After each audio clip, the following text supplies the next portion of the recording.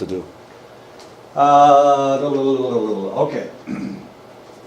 There are two types of criticism of police training programs. The problem is that everybody passes, and that's not good. So despite the fact that there's been rigorous training, the only way that you can not pass at the police academy is if you drop out. That's it. As long as you make it to the end, then you're going to pass. And that's probably not good. They should be trying to get rid of some of these select individuals. Okay, but the reality is about 25%. This one study found that 25% of officers leave their job within the first 16 months of working as a police officer. Being a police officer is not the easiest thing in the world. It's just like being a psychologist. It's like just about anything. You have fantasies about how you're going to react to this and what it's going to be like. Oh, I'm going to be saving people's lives, that kind of thing. The military is the same way. You think, oh, I'm going to be fighting the entire time I'm in the military. The reality is, in the military, you don't shoot your gun hardly ever. You mostly sit around and wait for somebody to tell you what to do, which is pretty damn boring if you can imagine. But being a policeman is probably potentially the same way. You'll go for months without ever arresting anybody, that kind of thing. And people don't. Their expectations are much different than the reality. It's pretty boring work. Can be pretty boring work. So about 25% of officers leave within the first 16 months. There's an insufficient training in the field as well as a lack of close supervision of trainees during the time that they spend on patrol. They really need to partner the new guy with the old guy because the old guy can help the new guy if he's that kind of a person. But some people keep secrets. They don't want to tell you what reality is. So the old guy will not tell the new guy what they need to know. How long does the training usually last? It all depends on the state. Every state is different. What do they say, 10 to 24 weeks? That's what it, yeah. 8 hours a day, 10 to 24 weeks. It really all depends. I was just talking to somebody that went to the academy down in Phoenix. And they were thinking of putting an academy here on this campus, which would have been interesting. Because I would have been able to teach some of their classes. Your text presents three types of crisis situations to which police are often called. The first is incidents involving mentally ill citizens. There's a reason why all these people are out on the street. Once upon a time they would be housed in a mental hospital, but then they closed the mental hospitals in the 1980s. Why did they close all the mental hospitals? Does anybody know why they closed them all? Inhumane practices. No, don't we wish they had an excuse as good as that? No, that wasn't it, unfortunately. But I like that you're thinking. Reagan, yeah, Ronald Reagan decided he wanted to save money. The federal government was spending millions and billions of dollars every year on all of these hospitals. So he decided in order to save money that he would close all the mental hospitals. He would stop funding all the state mental hospitals. And he did. He stopped funding all the state mental hospitals. They didn't have enough money to stay open. So they closed them all. So what happened to all the people that were being housed in the mental hospitals? They became homeless. Yeah. What are they going to do? They can go home, but if the people can't put up with them, of course, then they'll just go out and become homeless. I had a friend when I was in Oklahoma. Oklahoma had a huge mental hospital right outside of the University of Oklahoma in Norman. And this guy would walk from Oklahoma City to Norman, which was about 40 or 50 miles. He'd walk that in a day to get his medication. Then he'd walk back. He was schizophrenic. And his sister worried about him because he's walking along the interstate to Norman. and he'd walk really fast. You know, wouldn't take any water, wouldn't take any food. Skinny as a minute because he was walking 40 or 50 miles a day, which was just insane, but then again, he was insane. So it was really kind of an interesting situation. So they have to deal with the mentally ill citizens. The reason they're out there is because mental hospitals, they do exist to some extent, but not nearly to what they were before. So we're dealing with a lot of schizophrenics. We're dealing with a lot of people with paranoid schizophrenics are the most dangerous, of course. We're dealing with a lot of people with borderline personality disorder, a lot of individuals suffering from bipolar disorder. So we have to deal with the mentally ill. Family disturbances are huge, and as you will learn, they are the most dangerous situations you can get into, mainly because there's so much emotion involved. And a lot of times when people react emotionally to things, they react without thinking. They react with their amygdalas rather than their prefrontal cortexes.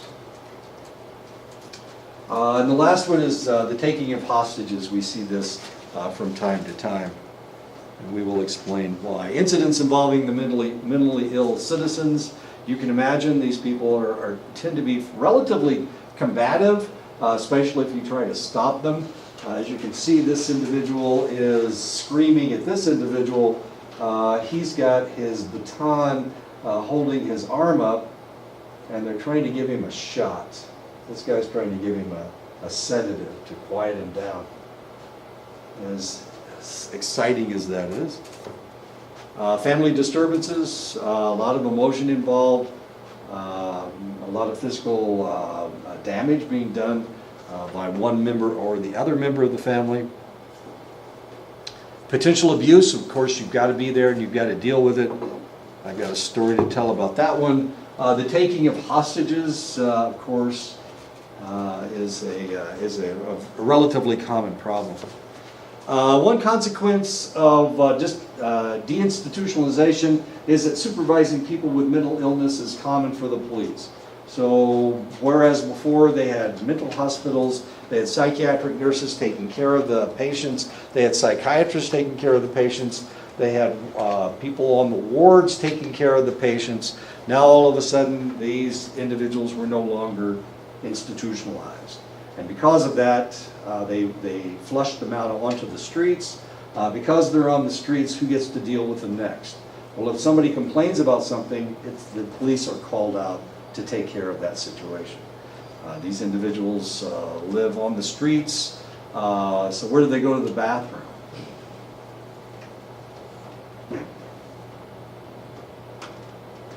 The homeless, where do they go to the bathroom? On the streets. Sorry? On the streets? Yeah, sure. They don't go into McDonald's. They don't let them in McDonald's. No, they go in the streets. They go in the bushes usually. They'll find some place to go. And of course, that's something to complain about. A lot of times they're erratic. Sometimes they're loud. And for that reason, these individuals they call the police on these select individuals.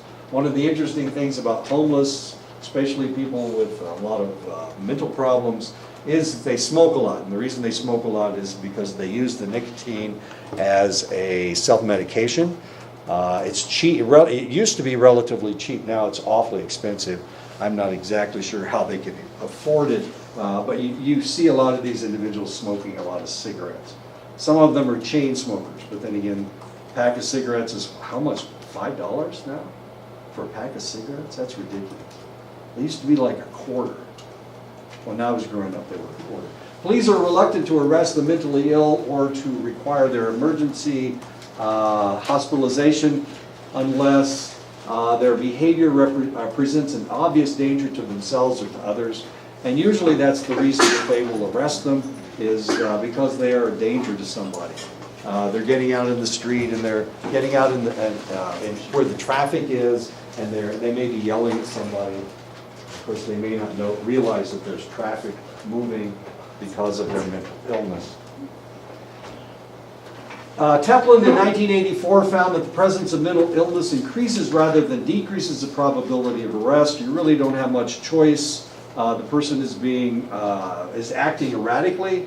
So what are you going to do? You're probably going to arrest them, even if they're not on any, if they're not drunk or on any drugs. You'll still put them in prison just to protect the population and to protect the individual. The rate of severe mental disorders in jail populations, often combined with diagnosis of substance abuse and personality disorder in the same individual, is alarmingly high. And the reason that there is a lot of substance abuse, as I said before, it's not just the cigarettes, it's also other drugs, any drugs that they can come across. These individuals will take them as self-medication. They're trying to make themselves feel normal. And of course, you mix mental illness with select drugs, and you get a worse reaction. A good example would be if somebody's schizophrenic and they take methamphetamines, what happens next? Well, they start acting really erratically, and they may become combative. One estimate of the prevalence of individuals with severe mental illness in jails is 14.5% for male inmates and 31% for female inmates. Why in the world are there more female inmates than there are male inmates? What's going on here? We're talking about people who are mentally ill. Now, why don't we see an equal number of males and females? Why do we see 30? I mean, it's like a third of the female population has a mental illness. And less, just over 10% of the population, 15% of the population of the male jails. So why is that? Can you see any reason why there would be so many females with mental illness in jail?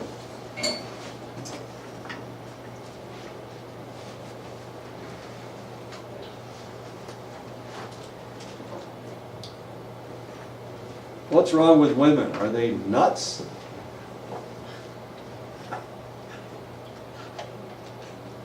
I'm not getting any nods of the head. I don't understand. So are men so sane that there's such a, and that's why there's such a low percentage, because men are so much saner than females are? Is that what's going on?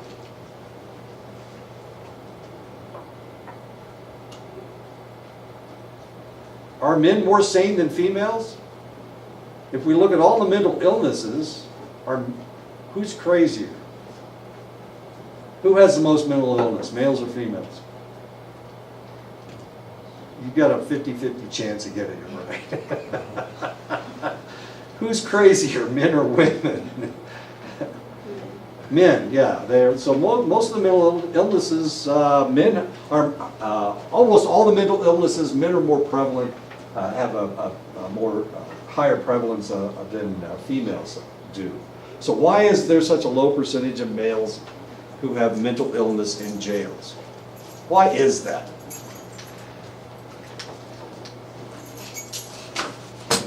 Because men are more violent, so they get arrested. There's a lot of people, males in jail, that have no mental illness.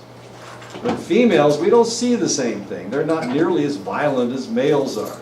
So women, when they get arrested for select problems. So they would be more likely to be arrested because of their mental illness. Does that make sense? All right. There's a lot less females in jail than there are males. A lot of males are arrested because they're violent. They've committed a crime. Women don't commit crimes nearly at the rate as men do. Remember, 85% of all the inmates in jails are male, and only 15% are female. So of course, and the other thing is that if you have a male and a female that have committed a crime, a lot of times they'll only arrest the male. If they're both there together, they'll only arrest the male. It's prejudice. You're prejudiced against men because they are so violent, so frequent. Police differ in the level of mental health training that they receive. Jurisdictions with specialized mental health training were especially effective in crisis intervention. Police made fewer arrests. They had to they didn't have to make as many arrests. A lot of times what they will do is they will go in, if the person is acting erratically or they're acting in a violent manner, they will stay with them until they stop acting in that violent manner, and then they don't have to arrest them. Of course, if we're not dealing with a population, with a police department that is used to this type of behavior, they'll just arrest them right away. But the more experience they have with these select individuals, the less likely they are to arrest them. Many police departments around the country now have crisis intervention teams. They call them CIT. It's based on the Memphis model, which provide law enforcement officers the tools and skills necessary in dealing with mentally ill persons. And because they are used to dealing with mentally ill persons, they don't arrest them nearly as readily as other police departments that don't have CIT teams. CIT may be an effective way to link individuals with mental illnesses with indicated mental health treatment. The CIT teams know where there are facilities that they can take the select individual to. CIT trained officers report feeling better prepared for their encounters with individuals with mental illnesses. And of course, the CIT teams are trained in the psychology of abnormal behavior. And because of that, of course, they are less likely to react in a negative manner to erratic behavior. CIT may have a lower arrest rate and lower associated criminal justice costs than other diversionary approaches. So a lot of police departments are finding or putting together CIT teams because it reduces the number of people in jail. It reduces the cost of dealing with these select individuals because of the CIT teams are specialized individuals who understand individuals with mental illnesses. The importance of evaluating how police interact with individuals with mental illness is underscored by the prevalence of mentally ill offenders in prisons and jails. For example, the incidence of mental health problems in individuals incarcerated in the United States has been cited to be 56% of state prisoners, 45% of federal inmates, and 64% of those in jails. Now, this doesn't include people with substance abuse. They can't include people with substance abuse because substance abuse is one of the major reasons why people are in jail. Otherwise, it would be close to 100%. But these are individuals suffering from schizophrenia. They're suffering from bipolar disorder. They're suffering from antisocial personality disorder. They are in jail because of their mental illness. 56% for state prisoners, 45% for federal inmates, and 64% in toto in all jails around the United States. There are alternatives to incarceration. One possibility is to increase the use of jail diversion programs, in other words, CIT programs. Research suggests that such diversion or other community-based services can be effective in providing needed services to individuals with severe mental illness. The police departments have taken the lion's share of dealing with these deinstitutionalized individuals. Most of the individuals who were suffering from schizophrenia that were released in the 1980s are no longer alive. They died on the street, one way or the other. So it's the new people suffering from schizophrenia. The individuals, well, people with schizophrenia don't tend to live as long as other individuals. People with psychosis don't tend to live as long as other individuals. But those people that were released in the 1980s are now no longer with us. So now we have new people that we need to deal with. We also have new drugs that we have to deal with. A lot of times the mental illness, psychosis can be caused by methamphetamines, especially the stimulants. So we have a lot more of these select individuals. When we have an outbreak of the use of methamphetamines, as happened in the late 1990s, early 2000s, we had a lot more of these individuals on the street. When we had a problem with speed back in the 1980s, we had a lot more of these individuals in the street because people were being kicked into psychosis more readily. So anytime we have any of these things happening, and right now, what's the problem we have in the United States as far as drugs are concerned?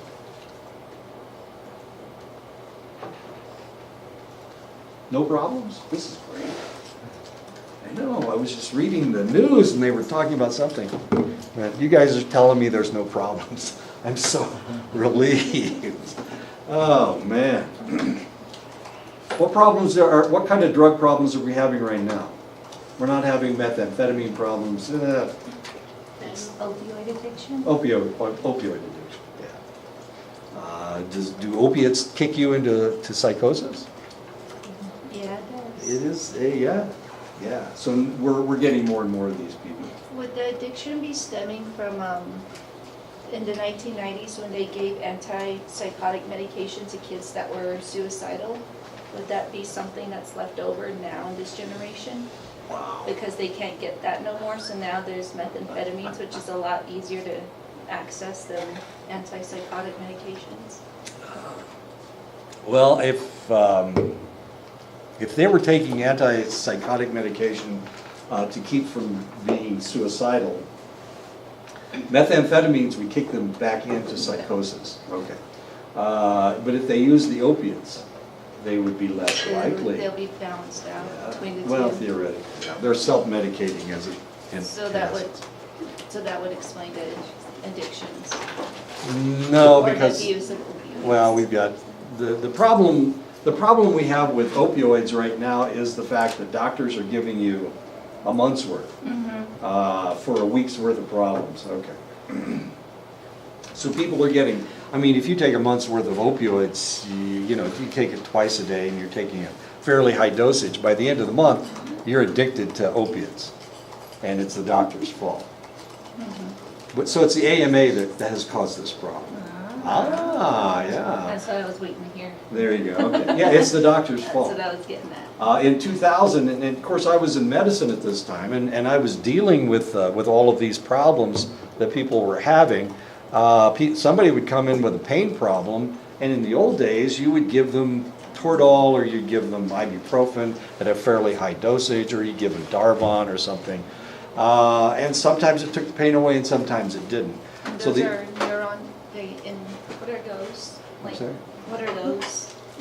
The What? are those the ones that dull the pain receptors in the nerves? Well, it takes it away, it blocks it, it blocks the It pain. blocks The it. problem with pain is that if you've got a pain someplace in your body and you're taking a drug to stop that pain, it will work for a select amount of time. After that, it will reroute, the pain will reroute itself, and all of a sudden you've got the pain has come back. So what doctors were doing, they were giving them stronger and stronger dosages of the opiates to take the pain away. Because, yeah, exactly. So around 2000, the AMA decided that we weren't controlling pain properly. So they decided that they were going to make sure that people weren't in pain anymore. So they suggested that we start using opiates. We start using hydrocodone and OxyContin to control pain. And suddenly they started giving people all these really strong opioids to control pain. Well, if you've got a chronic pain, all of a sudden you're pretty juiced up. I mean, you've got really high doses of opioids, and now you've become addicted to opiates of one kind or another. People were self-medicating by, you give them 15 pills to take care of 7 days, and they're taking all those pills in 3 or 4 days, because just to take the pain away and to feel better about themselves. Anyway, it's an ugly, ugly situation that the medical community is going to have to fix this problem because they created it. The problem is you can't get them to admit that they created the problem. So stupid. I keep telling you, doctors are dumb as dirt. These guys are just idiots. If somebody tells them that this is the protocol that they use, they will use that protocol without even thinking about, this is a tiny little person. Why are you giving them so many drugs? They don't think that way. They're just idiots.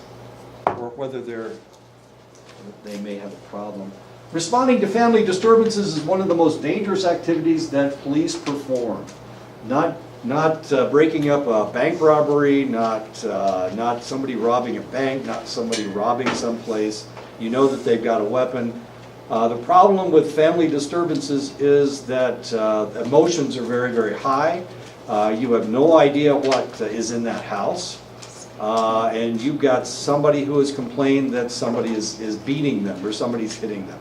Family problems. The emotions for all the individuals in the household are very, very high. And because of that, you're going to get a lot of overreaction to what's going on.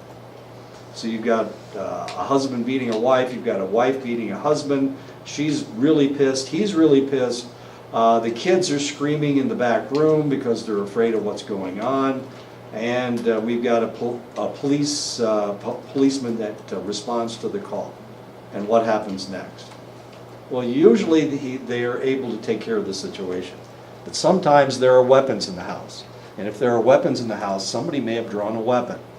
And of course, if he's an outsider and he comes to try to take care of this problem, potentially whoever is holding that weapon may fire that weapon at the policeman. And it happens over and over and over again. And it doesn't have to be the male, sometimes it's a female in the household. Sometimes he's got a gun and she's got a knife, so they secure the gun and all of a sudden she starts wielding the knife toward the police officer. Well, she's highly distraught, you know, is it her fault, is it his fault? Whose fault is it? Is the policeman's fault for responding to the call? 61% of violent offenses are perpetrated by family members, neighbors, or others known to the victim. It isn't an assassin coming to shoot you. It's usually your uncle's angry at something. Maybe they're drunk. Maybe they're high on PCP. Maybe they're using crystal meth. It's a relative, somebody that knows you.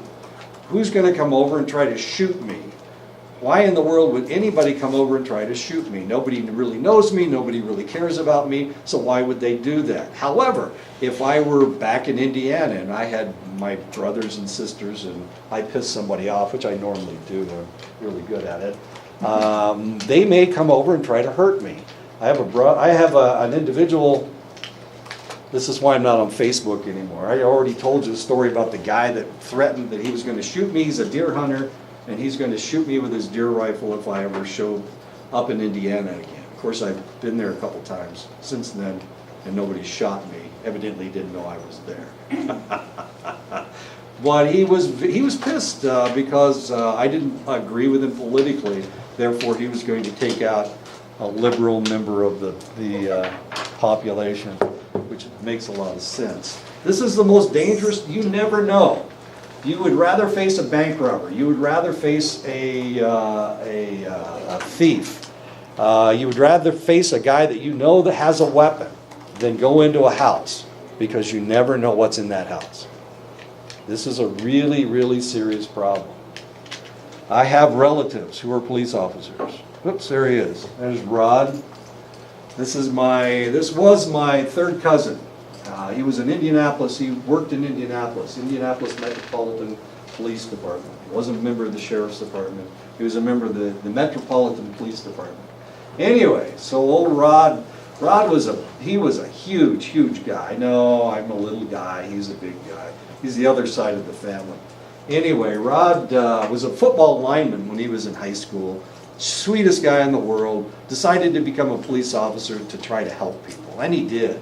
He had all kinds of interesting commendations. So one time he was called out. He was headed home, and there was a domestic disturbance call. He got it on his police radio. In Indiana, the policemen take the police cars home. They can take the police cars home. And the reason they do that is because now there's a police car parked in a residential area, and people are less likely to do something stupid if there's a police car close by. So he got a call on his way home. He wasn't even working anymore. He'd already clocked out. So he got a call, and he responded to it. And of course, he was the only one that responded. right away, because he was the closest guy to it. It was a husband beating a wife, and that was what the call was. So he went in, he heard her screaming in the house. So he decided that he was going to react to that. That she sounded like she was being she was either being killed or that she was being beaten. And he heard her screaming in the house. So he knocked on the door and he said, "This is the police. Open up." The door wasn't locked. He heard her screaming again. He felt like he needed to respond. So he opened the door, and she was standing at the end of the hallway, and she was screaming. She was screaming. So he went into the house, and behind the door was the guy with a shotgun, and he shot him, and he killed him. He killed my cousin because he responded to the call. Eventually what happened was, of course, Rod's in there bleeding to death. The wife is in there screaming, and this guy's yelling at his wife and saying he's going to shoot her. Eventually what happened was it became a hostage situation. Of course, the police the SWAT came in. They wanted to go into the house because they knew that there was an officer down in the house. And eventually, of course, they did go in. He had already bled to death. He was dead in the room.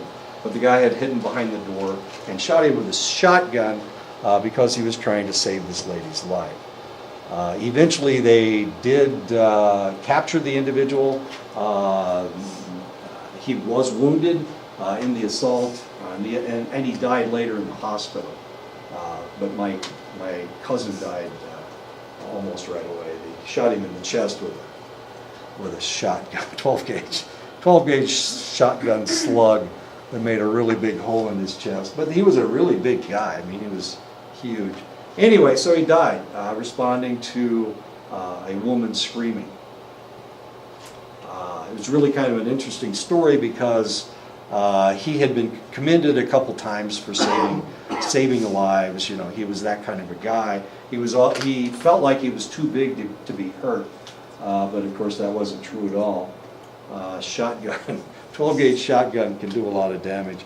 Anyway, he died responding to a domestic disturbance. Lots of myths out there about domestic disturbances. About dealing with domestic disturbances and family violence. The first myth is that family violence is perpetrated only by men. The reality is that women are just as violent as males are. Males and females are just as violent as each other. As a matter of fact, if we look at the statistics as to who is more violent than which gender is more violent, as it turns out, women are more likely to strike a male than a male is to strike a female, as it turns out. It's like 56% to 44%. I apologize for the statistics. It's so funny when you said that, I saw all the guys' shoulders go. As I've told you before, if you've been in a class with me, I was an abused husband with my first wife. You all know the story of being stabbed 3 times in a select day, and how stupid it was not to take all the knives away from my idiot wife. I know. You get dumb when you're in love, I guess. No, it's like once you make it up in your mind, that's it. There's just no changing the fact that you thought about that. No, it's so silly. Why didn't I do something about it? It was right in front of the kids, too. So family violence is perpetrated only by men. Of course, that's not true at all. Myth 2, family violence is confined to mentally disturbed or sick people. Not true at all. They may be overly emotional people, but they certainly aren't mentally ill or sick. Myth 3, family violence is confined to poor people. Not true at all. Some of the worst cases, we're getting stories about people that are relatively wealthy, and here they are not only molesting people, but incest is taking place in the family. I mean, really horrible stuff. I used to work with a lady who, she was a lesbian, and the reason she had become a lesbian is because she had been molested by her father. Her father was one of the richest people in Omaha, as it turned out. was one of the richest people in Omaha, and the reason that nothing ever happened to him is because he had all this money. He had the police department in his pocket, so here he was molesting his daughter. Eventually he impregnated her, and she had a baby, and he raised the baby as her sister. I know, it gets ugly after this. Anyway, he was not only the baby's father, but he was also the baby's grandfather at the same time, as ugly as that is. Anyway, and he was very, very wealthy. And she left home because she had no control over anything, because of his money. Anyway, really ugly story. Myth 4, battered women like being hit. Otherwise, they would leave. And there are women who are masochists. They like being hit. It does happen, but not every time. I mean, it's certainly not every time. As a matter of fact, it's a really low percentage of individuals that like being punched and whatnot. The statistics for the number of times it takes a woman to leave a home when they are being battered used to be 6, and now it's gone up to 8. So it's taking much longer for an abused woman to leave a spouse, mainly because they're in love. Anyway, alcohol and drug abuse are the real causes of violence in the home. That's myth number 5. And the reality is there are just some mean guys out there, or some mean ladies out there. Doesn't have anything to do with alcohol. Family violence is perpetrated by men. This is the first myth. Statistics of domestic violence show that the rates of abuse are comparable for men and women. It's really hard for a man to admit that he's being beat up by that little tiny lady that lives in his house. My wife was only 5'1". She weighed less than 100 pounds. There's no reason. I'm a weightlifter. I was a runner. I could have run away from her. I could have beat her up. My goodness gracious, I could have bench pressed her. I certainly could have bench pressed 100 pounds. My goodness, that would have been easy.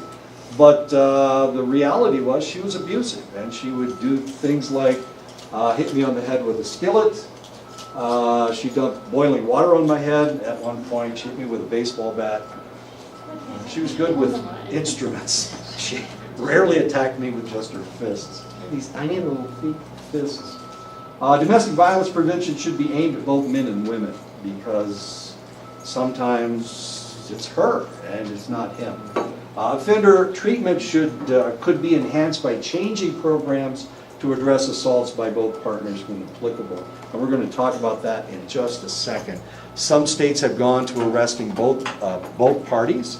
The problem is, of course, in those cases, they have to find somebody to take care. If there are children involved, they have to find somebody to take care of the children. But some states will arrest both parties. And hopefully there's a mother or an aunt or somebody around who can take care of the kids while both of these parties are in jail. No matter who has perpetrated the abuse, both parties. The myth number 2, family violence is confined to mentally disturbed or sick people. The portrayal of violence in mass media often suggests that normal people do not harm family members. This isn't anywhere close to being true. In reality, family violence is too widespread to be adequately explained by mental illness. Although perpetrators of serious domestic violence often experience depression or personality disorders, a lot of people with borderline personality disorder, these individuals tend to be relatively violent, and they will attack their partner. Usually, well, we won't go into usually, we'll save that for abnormal psychology. But we do see this a lot, people with borderline personality disorder. These individuals cannot handle a normal relationship. Their relationships always have to be in a state of chaos. Something has to be going on. Either they're falling in love with somebody else, or they're jealous of the individual because the individual loves them too much. No, that's not right. Because the individual is not paying enough attention to them. So if their significant other isn't paying enough attention to them, they're very jealous of this select individual, and they start stalking them and whatnot. Most people with borderline personality disorder, women are more likely to have borderline personality disorder at a rate of 2 to 1. as interesting as that Why is. is that? Well, Why is that? why is that? Mhm.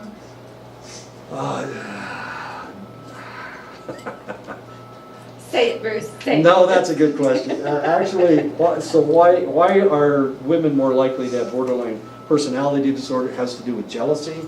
It has to do with the way that they were raised. They were raised, women rule and men drool. They have that kind of a concept in their minds. There's a lot of different reasons as to why. Would But it if be they're raised in a family where they didn't get a lot of love, okay, so they didn't get a lot of love from their parents. So when they don't understand what intimacy is. They don't understand what love is. So they can't define it correctly. And since they can't define it correctly, They go they're off they're overly jealous. Yeah. They go off their own skewed ideas Right. of what that might be, Yeah. or try to build it if it's not the right one. Exactly. And so where do these ideas come from? They come from television. They come from songs. Lifetime. I know. Well, kind of. I love that channel. Oh my God, the man is always the bad guy, isn't it? And would it have anything to do with the women's left brain and right brain connecting more so than the males? You know, Would that be something too? I've never read a theory that supported that idea, but it's possible. It's an interesting idea. We gotta do something with those extra ideas. man. We've gotta go somewhere. We've got to stop we got to get Lifetime off television. Otherwise, all the men are going to be bad guys and all the women are going to be good guys. Myth 3, family violence is confined to poor people. Violence and abuse are more common among families of lower socioeconomic status, but they are by no means limited to such families. We see violence in all types of families. There are risk factors associated with poverty, unemployment, limited education, sparse social support that are associated with family violence. If you look at the Kennedy family, and I hate to pick on the Kennedy family, but we see a lot of really strange stuff. There's one of the Kennedys that potentially murdered a girl with a golf club like 40 or 50 years ago. We've got Teddy that was having an affair with a young lady. He ran off the road into a pond and she drowned. You know, we have all of these really odd things. We have Teddy Kennedy also that potentially raped the girlfriend of one of his sons on the beach one night. You know, we have all of this stuff. Where does this come from? JFK, we have no idea what's going on with Are they JFK. descendants of the Romanov family?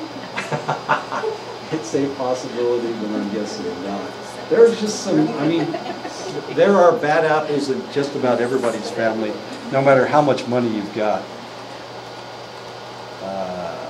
Myth 4, battered women like being hit, otherwise they would leave. The fact is that many victims of serious abuse do not leave. As I said, it takes an average of 8. That means that if somebody leaves at 6, that there is an individual that's staying until they get abused 10 times and get out of the house. It takes them that many times to get to leave. Normally, my wife was working in a battered women's shelter in Mississippi. There were 15 women in the shelter, and she said there were 3 good teeth among all of them. They'd had all their teeth knocked out by their spouses. And of course, as soon as the guy showed up at the door, they were perfectly willing to go and go home with the guy because he would promise that he wasn't going to do it again. Those kinds of promises don't always pan out, however, unfortunately. Learned helplessness is an accepted explanation for this phenomenon, of course, and we refer to it as learned helplessness. The lady learns that she cannot leave. If she does leave, then he will kill her. That's her mindset anyway, and so she can't get out of the house. And if she does, she's afraid that something's going to happen. My wife was in on a case in Mississippi where they were trying to get the lady out of the house. She went with the police to try to defuse the situation. The individual was holding the lady hostage inside. He was shooting at the police. As dumb as that is.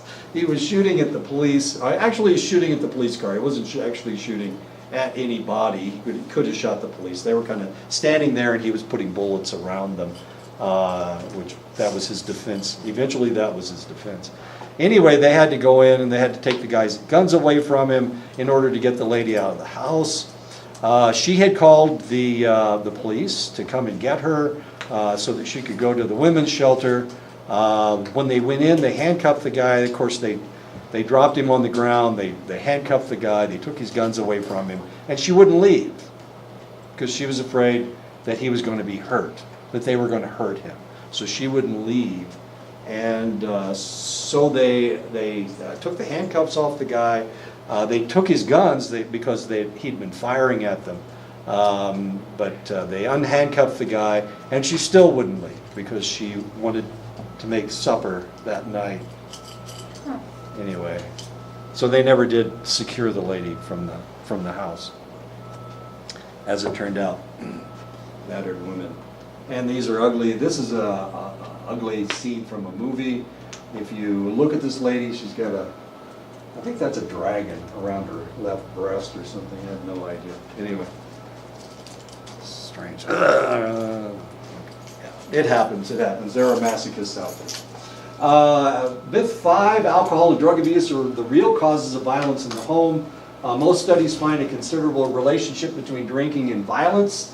As many as half of the incidents of domestic violence in the past have involved alcohol or drugs. They did a study in Seattle, Washington, where they discovered that 66% of the cases of domestic violence were not only caused by alcohol, but they were also caused by cocaine. So these individuals were mixing alcohol with cocaine. Not the best idea in the world, mixing your drugs. Anyway, 66% of the cases of violence. The alcohol took their inhibitions away, the cocaine made them violent, and that's why they were relatively violent. In the case of violence and a spouse, both the offender and the victim may have been drinking heavily before the violence, and we see this a lot. Both of them have been drinking. They're called to the house because they're loud or because the wife has complained. I had a friend that, oh man, he had an abusive girlfriend. She wasn't his wife, she was his girlfriend. But she had 911 on speed dial. And if he didn't do what she told him, she'd hit that 911 call and accuse him of domestic violence. And of course, she only had to do it a couple times before they automatically came out, put him in handcuffs, and took him away to jail. After you've been arrested a couple times for domestic violence, pretty soon you spend longer and longer times in jail. And after a couple times, he was spending, so he was scared. This lady had him over a barrel, not the barrel, because all she had to do was hit 911 and they'd come and automatically put him in handcuffs and take him away for a month or so. And he didn't even have to do anything. So she had him by the short hairs, as it were. Anyway, violence. Researchers have questioned the values of arrest as a deterrent to spousal abuse. In the Minnesota domestic violence experiment, subsequent offending was reduced by almost 50% when the suspect was arrested. They don't like to arrest them. They fill their jails up with abusing males or females. They don't like doing that. So a lot of times they will just try to talk them out of being violent. They will separate them for a time. One of the things that they do is they order the one party to leave the house. Now they've already ordered the person to leave the house, so if they come back and they get another call, then they have to arrest them because they didn't do what they were told to do. The other is to give the couple advice on reducing their violence. That always works, especially if they're drunk. Drunk people don't really learn things very well. They don't hear very well. So that's not a very good idea. Anyway, really kind of interesting. There are states, as I said before, there are states where both parties are arrested, both the female and the male spouse, or if male and male spouse or female spouse, both of them are taken off to jail. And usually that works as long as there's somebody to take care of the kids if there are children.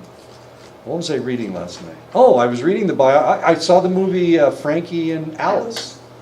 Really interesting movie. I didn't see the beginning of it, but I saw the end of it, which is all the psychology stuff. All the stripper stuff is in the beginning, isn't it? Yeah. And I missed that. You missed a good one. I missed all the good stuff. Anyway, so I read about Halle Berry. She's a fascinating person. She's from Cleveland, Ohio. Her mother's white and her father was black. Her father was abusive, was very abusive to her mother. And he left when Halle was 4. Yeah, when Halle was 4. But even to this day, at 4 years old, she recognized the fact that this guy was beating his wife every day, and he was kicking her down the stairs, as strange as that may seem. But so she came from a house where their domestic violence was common. So it was really kind of interesting. And she's been married 3 times, and all 3 of her spouses, she has complained that they are abusive, which is really kind of interesting. Why would you marry somebody who's abusive? Wait a minute, let me think about this for a second. Why would you marry somebody that's abusive if you had lived with an abusive parent at some time in your life? Why would you do that? That comes normalized to you. Normalized behavior. This is what love looks like. Okay, now I understand. Okay, thank you. People that come from alcoholic homes very often marry alcoholics because that's what normal looks like, at least as far as their life is concerned. So Halle Berry's really kind of an interesting person. Very attractive lady. She's 52 years old. I found that out last night. Okay. I know. And she works as a stripper. I didn't see that part. Rats. I didn't see the good part. There are 4 types of hostage incidents. They differ in psychological dynamics and techniques for resolution. The hostage taker is or they are suffering a mental disorder or experiencing serious personal problems. This is what happened with my cousin. My cousin responded to a call. The guy barricaded his house after he shot my cousin. He barricaded himself inside the house and took his wife as the hostage. And that's when the SWAT came out, and they negotiated for a number of hours, with the police getting more and more frustrated because they wanted to recover my cousin, just in case he wasn't dead. But of course he had died almost instantly from the shotgun to the chest. So a lot of times it's an individual suffering from mental illness.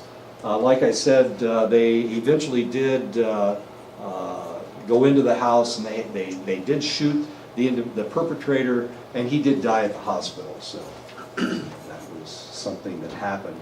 But she was deathly afraid that he was going to shoot her. He had threatened to do that. Of course, he had a large caliber. Well, it's a shotgun, so it was a relatively large weapon. An individual becomes trapped while committing a crime. This happens sometimes if they're robbing a convenience store. The police arrive before they're able to escape, and so they take all the people in the store hostage. Inmates who capture prison guards or take other inmates as hostages is another form of hostage taker. And of course, terrorists. We don't really have that many terrorists in the United States, but it does happen. It has been known to happen. Hostage negotiation, hostage takers as terrorists. I was on a Fulbright trip down to South America and Central America. We went to Peru, and then we went to Guatemala. Well, Guatemala had been in civil war for the past 12 years. And we were one of the first groups to go into Guatemala. It was too dangerous for people just to travel to Guatemala. It's really dangerous.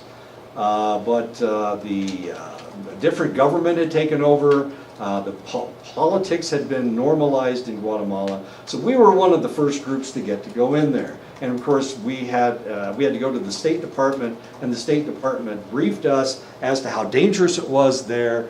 Of course, this is when we were in Guatemala. It's not like we could take off. Anyway, so while we were there, nothing happened. Nobody threatened us. We saw bandits around, but everybody was carrying a gun, and everybody was carrying a shotgun, 12-gauge shotgun with slugs. I swear, I haven't seen so many shotguns in my whole life. It was crazy. We went to the bank. We'd run out of money, so we went to the bank, and there were 3 guards at the bank. They were all armed with shotguns with slug rounds in them. And it was kind of spooky. So you'd walk down the street and you'd see a guy with a gun on his hip, you know. And this place has just been in civil war, and all these people are carrying weapons. You never saw a guy just driving a truck down the street. There's always a man literally riding shotgun with his shotgun on his knee so that people could see that he was armed, so that nobody would mess with him. Okay, just really nutty stuff. So, I mean, we were okay. We were there for, I don't know, 3 weeks or so. And we were a Fulbright group, and there was a Fulbright group that came in right after us. We were in Guatemala City. We went to Tikal, where all of the Mayan ruins are. At Tikal, this group that came in after us, bandits came in and kidnapped them. So they kidnapped not all of them. They were only able to get about half of them, but they kidnapped half of this Fulbright group that came in right after us. So these kinds of things take place, and this is one of the reasons that they had kidnapped all those really smart people from the United States, was because they wanted ransom money. That's what they were after. They didn't want to kill anybody. They just wanted bucks. They just wanted the bucks. Anyway, and they were released about 3 weeks later. Nobody was hurt. Everything's fine. Don't worry. Everything's fine. Anyway, so terrorists sometimes can do these kinds of things. Hostage takers, inmates who capture prison guards or take other inmates as hostages in prisons. This happens from time to time. Sometimes they'll just kill the prison guards because the prison guards have been so mean to them sometime in the past. Hostage takers are trapped when committing a crime. This happens in banks from time to time. They're in there too long, and the police show up and they're not able to escape. So they just take everybody as hostage. The hostage takers are suffering a mental disorder or experiencing serious personal problems. That doesn't have anything to do with this picture. Those are the reasons for hostage takers. In many hostage situations, a strong sense of psychological togetherness and mutual dependency develops between the hostages and their kidnappers, and this is referred to as the Stockholm Syndrome. So you're in a hostage situation, you fall in love with the person that has taken you hostage, which makes not a whole lot of sense if you think about it, but the reality is we see this over and over and over again, the Stockholm Syndrome. Theoretically, there was what's her name? Patty Hearst was captured by the Symbionese Liberation Army. She was taken as hostage. Eventually, she became a member of the Symbionese Liberation Army, and the reason is because she had fallen in love with the people that had taken her hostage. As odd as that may seem, they have complete power over you. That makes them very attractive, and of course, after that, you just do whatever they want you to do. Successful negotiators make contact with hostage takers in a non-threatening manner, as much as a non-threatening manner as possible, and then maintain communication with the select individuals. If you've ever watched this on television, that's the way it seems to be. They don't threaten the individuals that they're talking to, the individuals with the hostages. They don't threaten them. They try to normalize their emotions. They try to placate them as much as possible. They want to make them feel as good as they possibly can. If they feel good, then potentially they will release the hostages. The problem is, of course, and we can talk about areas of the brain here, the problem is that if you have taken hostages, then it's a very emotional time for you. You've just taken hostages. The portion of your brain that's working is the amygdala, not your prefrontal cortex. And what they try to do is take away the emotional aspect of the situation. They take away the emotional aspect, the individual will start using their prefrontal cortex, the reasoning portion of their brain, and they are more likely to, the result can be more positive. The emotional portion of your brain, of course, they're going to react emotionally. If you threaten them, then they get emotional and they start thinking that they will shoot somebody. The negotiator isolates the hostage takers from any outside communication in order to foster their dependency on the negotiator. And of course, because you are the one, you're dealing with power here. So you've got a hostage situation, you've got an individual that has taken hostages, he's in complete control of that situation. You're on the outside, you need to show them power, and the way you do that is by isolating them, and suddenly you are the only one that can make this thing turn out positively. So you've taken a little bit of power away from the individual that has seized the hostages. And that's what a negotiator has to learn how to do. He has to talk in not a forceful manner. He has to have a neutral, emotional voice. He needs to show power so that they will see him as a power figure, and then they are more likely to come out with nobody being killed. The negotiator then tries to reduce the hostage taker's fear and tension so that they will be more willing to agree to a reasonable solution. We are trying to change the portion of the brain that they're thinking in. And rather than the amygdala, of course, we're trying to get them to start thinking in the prefrontal cortex. How can this turn out positively for me? Okay, and that's how negotiations work. So you have to have one of those voices that they will listen to that shows very little emotion. If you've ever talked to a hostage negotiator, they have the most boring voice in the world. And that's a good thing, actually. In that case, it's a very good thing. You need to show no emotion. If you've ever seen the movie Pelham 123, Denzel Washington is the guy that's trying to talk John Travolta out of killing all the hostages. When he does it, he talks in the same voice that he does to he's a dispatcher, and the way he talks to everybody on the railroad in a calm and normal voice. The major duties of the police are divided into three general areas. Enforcing the law, an example would be arresting suspects, accounts for about 10% of police activity. And of course, when you join the police force, you're thinking you're going to be pulling your gun and arresting people on a daily basis. The reality is it only represents about 10% of your police activity. And most of that 10% arresting suspects or arresting criminals, most of the criminals are speeders. They're not bank robbers, they're not thieves. They tend to be speeders. Maintaining order, of course, is very important. About 30% of the police activity has to do with maintaining order. Oh yeah, you forgot your computer. Providing services, helping stranded motorists accounts for most of your police activity. So you think of cops as they're going to stop me and slow me down because they want me not to drive so fast. Denise and I have the same problem.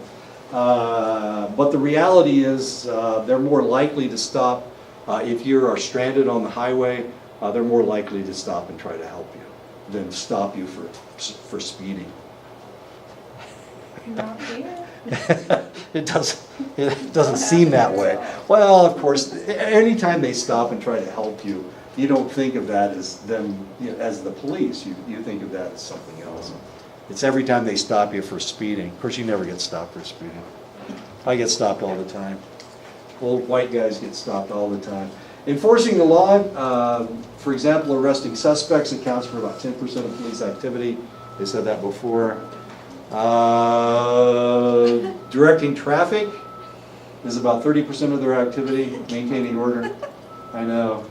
I wish I could dance like that. It'd be fun to see CJ do that one of these days. And about 50% has to do with providing services for people, helping people. Helping stranded motorists, for example, or whatever. So about 50% of the time you're actually helping people, rather than arresting people or directing traffic or whatever. In the 1990s, special initiatives were taken to increase the time police commit to crime-fighting activities. They thought this was silly. We've got all these crime fighters, and most of their time is being taken up being nice to people. That doesn't make a lot of sense. We need to get these guys onto the streets and controlling crime. Putting more police officers in high crime areas and instructing them to arrest all lawbreakers, even for relatively minor offenses, have resulted in lower crime rates. What they were doing before, they were not sending them to dangerous areas. But then they decided, wait a minute, this doesn't make any sense. We've got all of these policemen in these areas that where there's no crime, and we have almost no policemen in the areas where there is a lot of crime. Maybe we should reverse that process. And they did. Now remember, so who pays for the police? Why are the police there? What do they do? Who are they trying to protect? Citizens. I'm sorry? Citizens? Mm-hmm. All the citizens? Some. No, it's funny. Of course they should. Only the ones with the money. So the citizens that are hiring these guys, the citizens that are putting all the money into their budget, are the wealthy citizens. Sure. The politicians. So if you got a situation like you have down in Florida you have a lot of gated communities. The police are around those gated communities all the time. Why? Because that's where all the money is. And those are the individuals that want the police force to be intact in that area. So what about all the crime-ridden areas that are away from? No, it's too dangerous. So a lot of times, and this is one of the problems we have in select cities like Chicago or Houston, the police department will be in the areas where all the wealthy people are, to protect the wealthy people, to keep them from being robbed, to keep them from being mugged. That's why they're there. But they don't go into the crime-ridden areas where all the people that commit the crimes are, and that's because all the money, they go where the money is, unfortunately. As sad as that seems. And You the see that a lot in Florida. Well, That's clear in Florida. oh yeah, it's very obvious. Not so much in Lubbock, Texas. I lived in Lubbock for 7 years. 7 years I lived in Lubbock. Oh my God, it's horrible. Which way did you drive? There's Just only- to change the view. Exactly. There's only 4 roads out of Lubbock. One goes north, one goes east, one goes. Yeah. This zero tolerance policy has been linked to increases in citizen complaints and lawsuits against the police. Zero tolerance policy has to do with moving them into high crime areas. So they did. They decided that that's what they were going to do. They were going to move the police into high crime areas. So what happened next? Well, they started shooting people, especially African American males. And that's what we're dealing with right now. Maybe in the future this will change, but right now we have a zero tolerance policy, and we have a lot of people that are being killed. There was a traffic stop, it was a couple days ago, where they stopped a black motorist, an African American male motorist, and he was perfectly nice. They had him on the camera, on the body cam, and eventually they shot him and killed him. Are black males more dangerous than anybody else? We already know that it's white guys that shoot people, isn't it? Isn't that what happened in Las Vegas? Wasn't he a white guy? An old fart. like 64 years old, and he shoots like, kills 54 people. Or is the number 57? I think it was 58. 58? That's a good number. Let's say And there 58. were like 300. Wounded, yeah. Yeah. So it's not black guys that are the danger, it must be white guys with guns. Can we take guns away from white guys? No, wait a minute, that's what the NRA is all Yeah, about. that's what I'm saying. You can't take guns away from these people. So this is really kind of interesting, the way this is working. We have a crime problem in the United States. Donald Trump threatened to send the National Guard into Chicago to stop all the violence in Chicago. I know. Wait a minute, let's think about that for a second. Officers reported an increased vulnerability to alcohol abuse and heightened levels of anxiety within the first 5 years of employment. Every time you respond to a call, that may be the last call you ever respond to. You might get shot, you might get maimed. The anxiety is relatively high. No matter how nice a guy you are, Rod was just a super nice guy. Sweetest guy in the whole wide world. He was like a teddy bear. He was a football lineman, but he didn't want to hurt anybody. This is the way he played football. He just stood there, and he weighed like 275 pounds. He never had to hit anybody. They hit him, and then they bounced off of him. That was him. People just bounced off of him. Well, bullets don't bounce off, unfortunately. Anyway, so approximately 1% of officers reported having contemplated suicide. In 2010, there were 145 police suicides in the United States. Very common. It's not the highest of any type of employment. The people that commit suicide at the highest rate are who? Who commits suicide more than anybody else? What job? I'm sorry?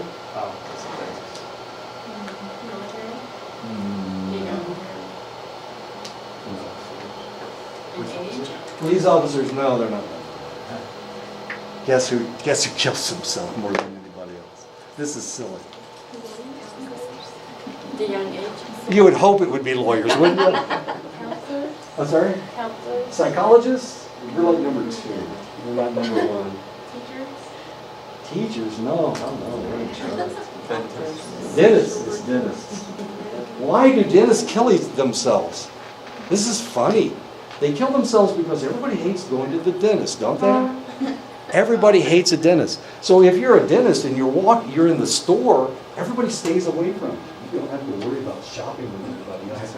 Or in Walmart, everybody, they steer away from us. They don't run into it. But everybody hates dentists, as strange as that may seem. I love dentists. I'd rather go to the dentist than go to the barber. I hate barbers. They always cut my hair so I look funny. Or maybe I'm just funny looking, and the only time I look at my face is after I've had a haircut. Anyway, the dentists never make me look funny, but barbers do. How much more apart in dentists and psychologists? Pretty high, actually. Dentists commit suicide at a really high rate. It's really kind of sad.